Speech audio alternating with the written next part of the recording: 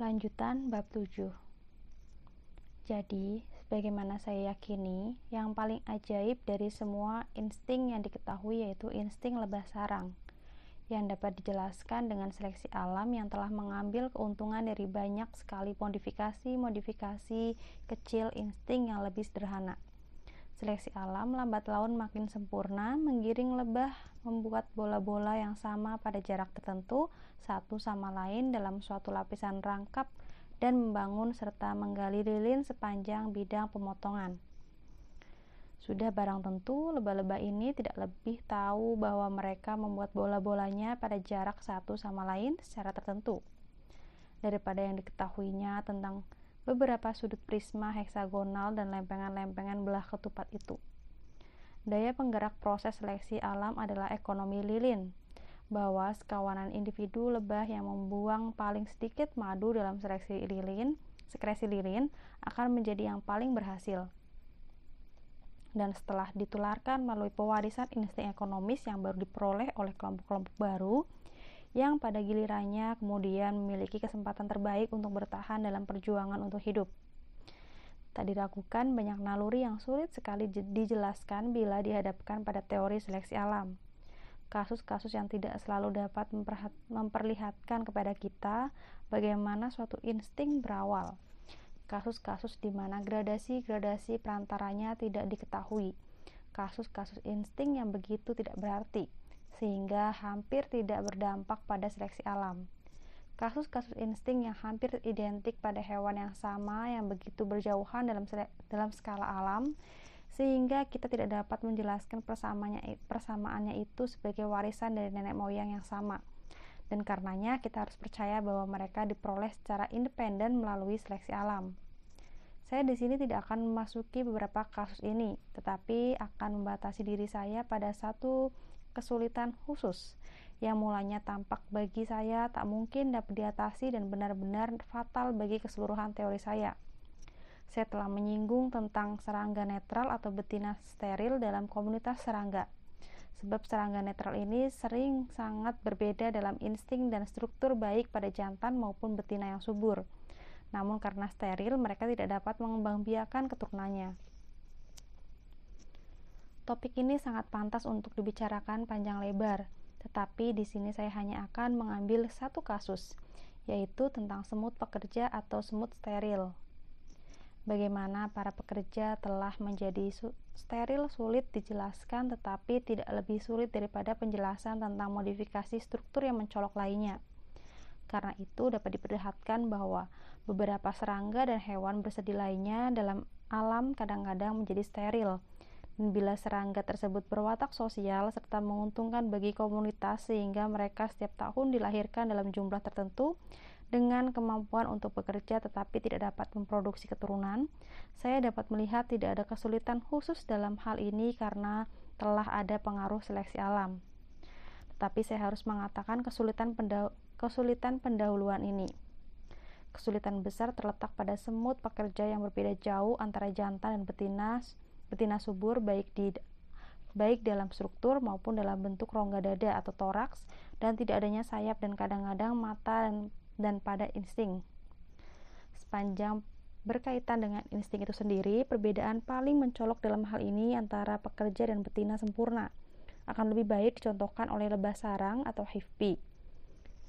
Jika semut pekerja atau serangga netral lain menjadi hewan dalam kondisi biasa, saya tidak akan ragu mengatakan bahwa semua sifatnya telah secara perlahan-lahan diperoleh melalui seleksi alam, yaitu oleh individu-individu yang dilahirkan dengan sedikit modifikasi menguntungkan, yang kemudian diwarisi oleh keturunannya, yang lagi-lagi bervariasi dan lagi-lagi diseleksi, begitu seterusnya. Tetapi pada semut pekerja kita menghadapi jenis serangga yang jauh berbeda dari induknya, namun mutlak steril sehingga dia tidak pernah meneruskan terjadinya modifikasi struktur atau insting kepada keturunannya, sehingga dapat dipertanyakan bagaimana mungkin mendamaikan ini dengan teori seleksi alam. Pertama, perlu diingat bahwa kita memiliki banyak sekali contoh baik dalam produk piaraan kita dan produk alam tentang segala macam perbedaan struktur yang berkorelasi dengan usia tertentu dan dengan kedua jenis kelamin. Kita melihat perbedaan yang berkorelasi tidak saja dengan satu jenis kelamin, akan tetapi dengan periode singkat ketika sistem reproduksi sedang aktif, seperti keadaan bulu banyak burung di musim kawin, dan pada rahang pengait pada ikan salam jantan. Kita bahkan melihat perbedaan-perbedaan kecil pada tanduk berbagai keturunan ternak sapi berkaitan dengan keadaan kelamin jantan yang tidak sempurna secara buatan. Karena sapi jantan keturunan tertentu memiliki tanduk yang lebih panjang daripada sapi jantan turunan lain dibandingkan dengan tanduk sapi jantan dan sapi betina dari keturunan yang sama. Oleh karena itu, saya tidak melihat kesulitan besar dalam ciri apapun yang berkorelasi dengan kondisi steril anggota-anggota tertentu dari komunitas serangga. Kesulitan terletak pada pemahaman bagaimana modifikasi struktur yang berkorelasi tersebut dapat perlahan-lahan berakumulasi oleh seleksi alam. Kesulitan ini, meskipun tampaknya tidak dapat diatasi, dapat dikurangi atau seperti saya yakin akan hilang bila kita ingat bahwa seleksi dapat diterapkan pada famili, juga pada individu, dan dengan demikian dapat memperoleh hasil yang diinginkan. Dengan demikian, sayuran dengan rasa yang enak dimasak dan individualnya hancur, tapi para ahli hortikulturanya yang menabur benih keturunan yang sama dan yakin bisa mengharapkan untuk mendapatkan varietas yang hampir sama. Para peternak sapi menginginkan daging dan lemak menyatu dengan baik. Hewan berciri demikian lalu disembelih. Akan tetapi, peternakannya bisa meneruskan keturunan yang sama dan berhasil.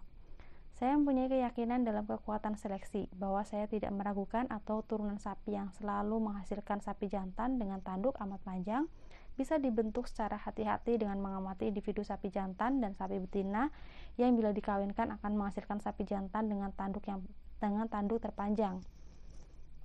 Meskipun mungkin sapi jantan bertanduk panjang itu tidak bisa menghasilkan keturunan yang sama untuk jenisnya, karena itu saya percaya adanya serangga sosial, modifikasi-modifikasi kecil dari struktur atau insting yang berkorelasi dengan kondisi steril anggota-anggota tertentu dari komunitas itu telah menunjukkan keuntungan untuk komunitasnya.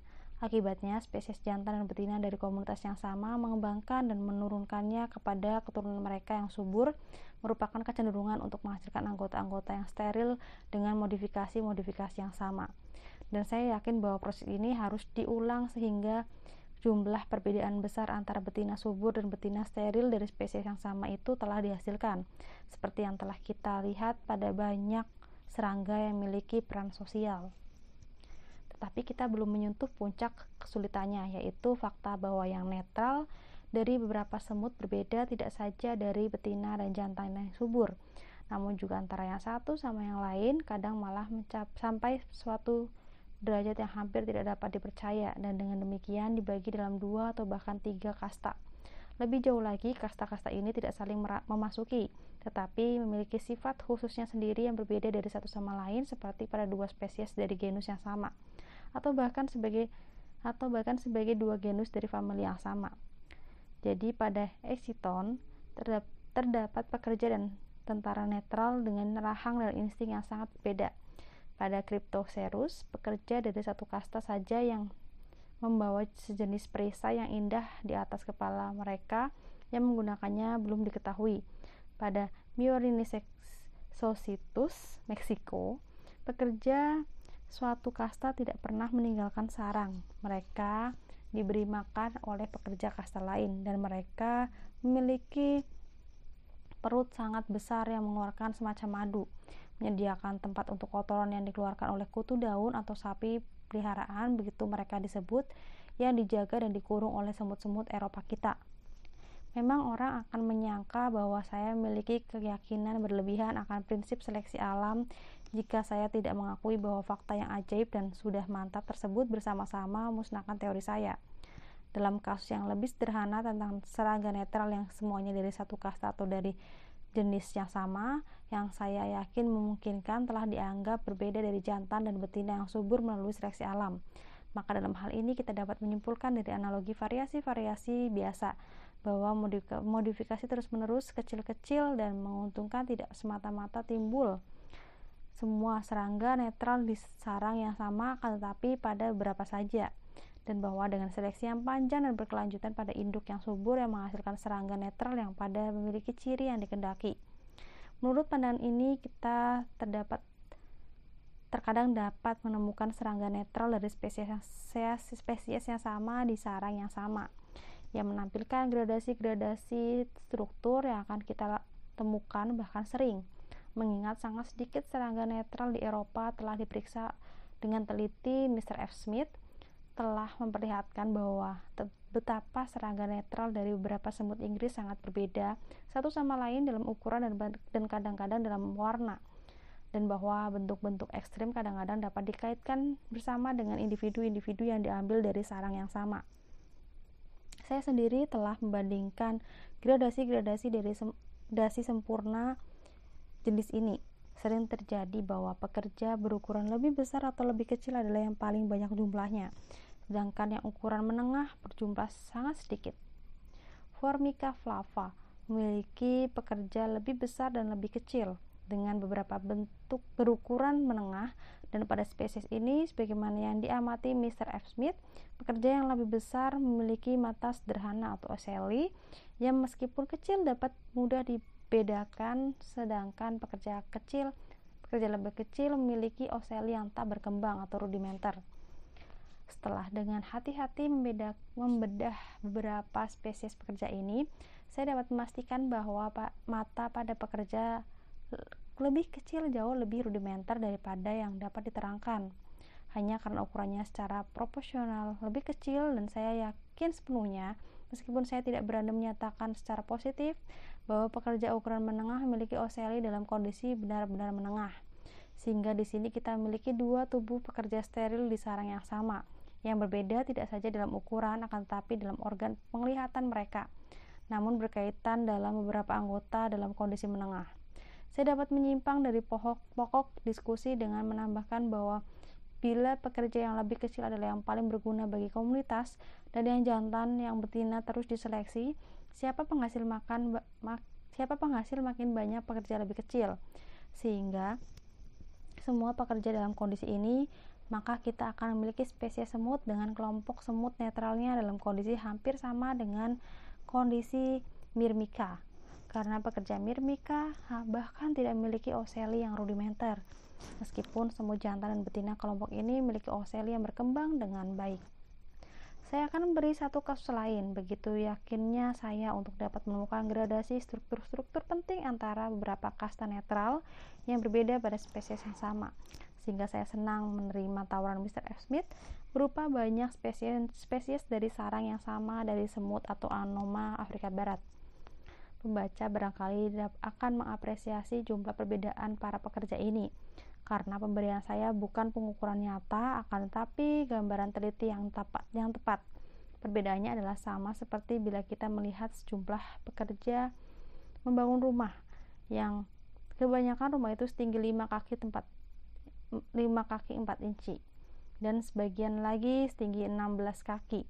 Tetapi kita harus mengumpamakan bahwa pekerja yang lebih besar memiliki kepala bukannya 3 kali tetapi 4 kali lebih besar daripada yang dimiliki jantan yang lebih kecil, dan rahang-rahangnya hampir 5 kali lipat besarnya.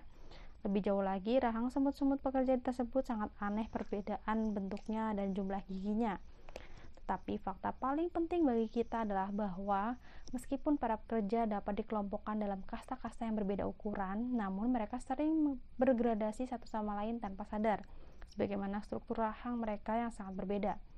Saya berbicara mengenai hal terakhir ini dengan percaya diri karena Sir J. Lubbock telah membuat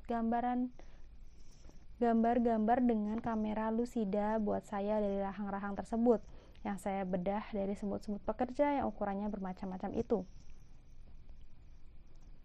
Menghadapi fakta-fakta ini di depan saya percaya bahwa seleksi alam dengan bertindak pada induk-induk yang subur dapat membentuk spesies yang secara berkala akan memproduksi semut netral. Semuanya berukuran besar dengan satu bentuk rahang, atau semuanya berukuran kecil dengan bentuk-bentuk rahang yang bermacam-macam atau terakhir. Dan ini yang paling sulit. Satu rangkaian pekerja berukuran dan berstruktur sama, dan bersama dengan itu ada serangkaian pekerja berukuran dan berstruktur berbeda-beda. Karena itu pertama kita harus dibentuk seri yang bergradasi sebagaimana pada kasus semut pemerbudak atau driver ant.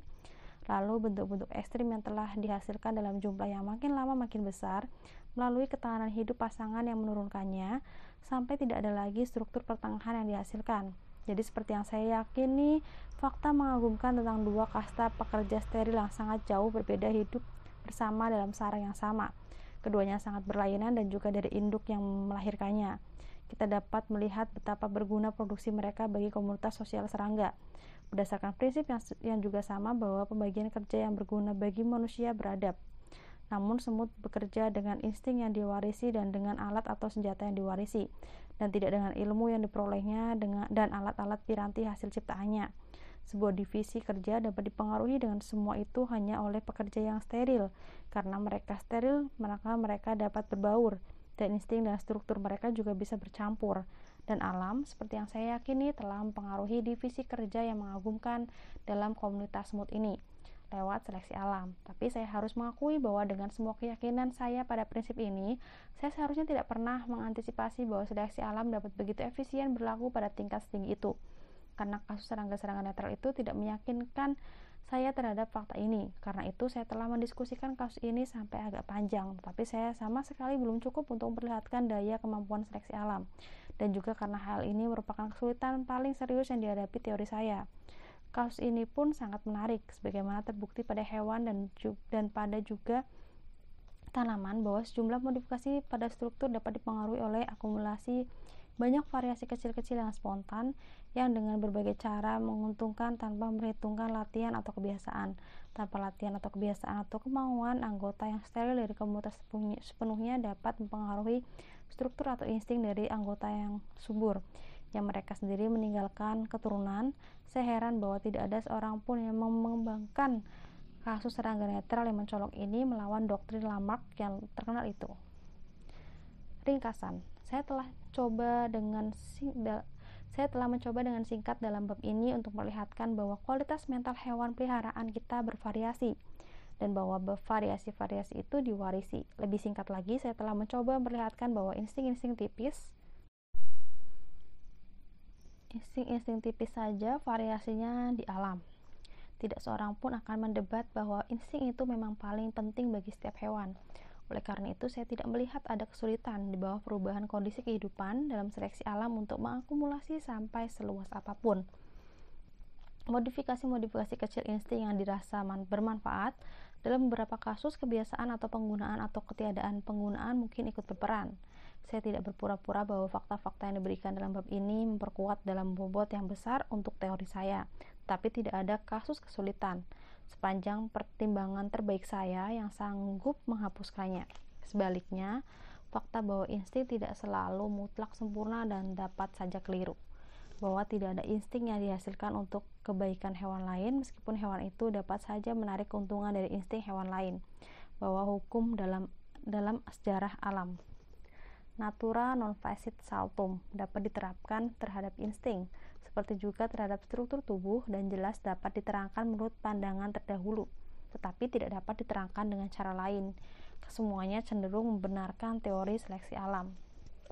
Teori ini juga diperkuat oleh beberapa fakta lain tentang insting, misalnya contoh kasus tentang spesies-spesies yang berkaitan tetapi berlainan, yang mendiami bagian-bagian dunia yang saling berjauhan dan hidup dalam kondisi kehidupan yang berbeda, namun tetap memiliki naluri yang hampir sama. Misalnya kita dapat mengerti berdasarkan prinsip pewarisan bagaimana murai Amerika Selatan membuat sarangnya dengan lumpur dengan cara yang aneh seperti burung murai Inggris kita, bagaimana sampai burung jantan Warrens atau Troglodytes dari Amerika Utara membangun sarang jago untuk tempat bertengger seperti jantan Kitty Wrens kita, suatu kebiasaan yang sama sekali berbeda dengan kebiasaan burung-burung lain yang dikenal.